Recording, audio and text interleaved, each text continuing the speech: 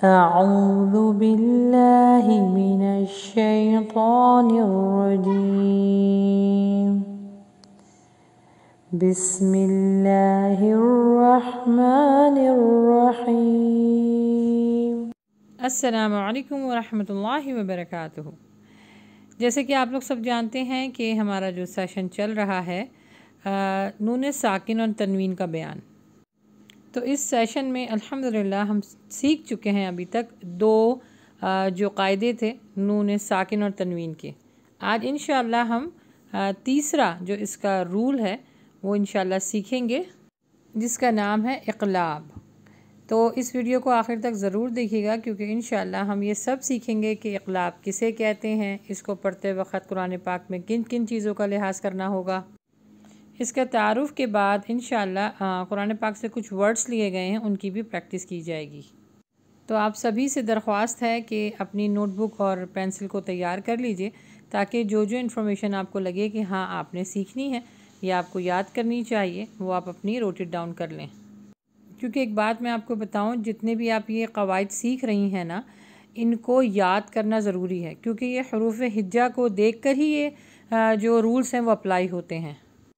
जैसे इससे पहले हमने देखा था जो इख्फ़ा के लेटर्स थे, तो वो 6 थे, उनको हमने याद किया। फिर उसके बाद इदगाम को पढ़ा, उसके 6 लेटर्स थे, उसके सारे हमने रूल सीखे। आज इंशाअल्लाह हम इक़लाब के बारे में जानेंगे। तो आइए शुरू करते हैं। ये सबसे आसान रूल है, यानी इसमें आपने सिर्फ एक चीज़ को मद्देनज़र रखना है, उसके बाद आप आराम से जो है वो कुरान पाक पढ़ सकती हैं। अच्छा जी, पहले तो ये जान लीजिए कि इक़लाब के मायने क्या होते हैं। इक़लाब के मायने होते हैं बदलना। ये क़ल्ब से निकला है। इस्लाही तजवीद में एक हर्फ को दूसरे हर्फ से बदल देने का नाम क़ल्ब है। क़ल्ब अरबी ज़बान में दिल को कहते हैं, और जैसे दिल की हालतें चेंज होती हैं, बिल्कुल इसी तरह जब आप इक़लाब का कायदा इख्तियार करेंगे, यानी अप्लाई करेंगे कुरान पाक पढ़ने में, तो वो चेंज हो जाता है, एक हर्फ दूसरे हर्फ में तब्दील हो जाता है। और इसको कब बदलते हैं, यानी कब तब्दील करते हैं? जब भी नून साकिन और नून तनवीन के बाद बा आ जाए। बस आपने ये याद रखना है, नून साकिन और नून तनवीन के बाद बा आ जाए तो नून साकिन और तनवीन को मीम में बदल कर गुन्ना करके पढ़ना है। और यहाँ पर एक चीज़ और मेंशन कर दूँ कि कुरान पाक में मीम ऑलरेडी लिखा हुआ होता है, तो इसका मतलब है यहाँ पर इक़लाब का कायदा लगाना है। एक दफ़ा फिर बता देती हूँ कि जब नून साकिन और नून तनवीन के बाद अगर बा लिखा हुआ हो तो वहाँ पर आपने मीम की आवाज़ देनी है, यानी एक छोटी सी जो मीम है वो जज़म वाले नून से पिछले हर्फ की ज़ेर ज़बर पेश के साथ मिलाते हुए गुन्ना करके अदायगी करनी है। ठीक है। और इसमें मीम के ऊपर गुन्ना करने के लिए आपने अपने होठों को बहुत प्रेस नहीं करना। गुन्ना करने का तरीका ये है कि होठों के अंदरूनी खुश हिस्सों को आपस में नहायत नरमी से मिलाकर आवाज़ को नाक की जड़ में ले जाकर एक अलिफ के मिक़दार के बराबर आपने गुन्ना करना है, और बा को ज़रा सख्ती से पढ़ना है।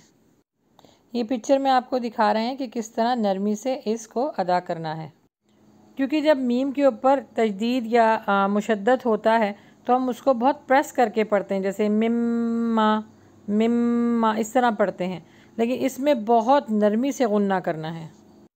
देखें, अब इसमें नून है ना, नून के साथ छोटी सी मीम लिखी है, तो इसका मतलब ये कि हमें नून नहीं पढ़ना, हमें मीम पढ़ना है। तो अलिफ को हमें मीम के साथ मिलाना है, अम्बा, और बहुत सॉफ्ट तरीके से, अम्बा इम्बा उम्बा। तनवीन के साथ भी हमने यही करना है कि जो नून का साउंड आता है पढ़ते वक्त तनवीन में, वो हमने बदल कर मीम के साउंड के साथ पढ़ना है। जी आइए अब इसकी मशक कर लेते हैं प्रॉपर। बिस्मिल्लाहिर्रहमानिर्रहीम। मिम बादी, मिम बादी। बहुत आराम से इसको सॉफ्टली आपने पढ़ना है। मीम को मीम से मिलाइए।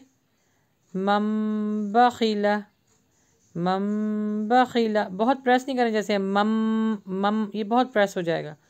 मम बखिला, अम्बिऊनी, अम्बिऊनी खबीरम बसीरा अमदम बईदा तैरम बिइज़्नी तारिकुम बअद तफ़रीक़म बैना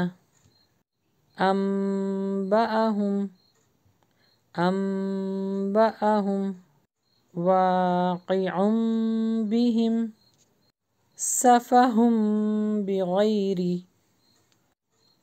लिज़म्बिका हिस्बिम बिमा बअदम बिमा सुम्बुलातिन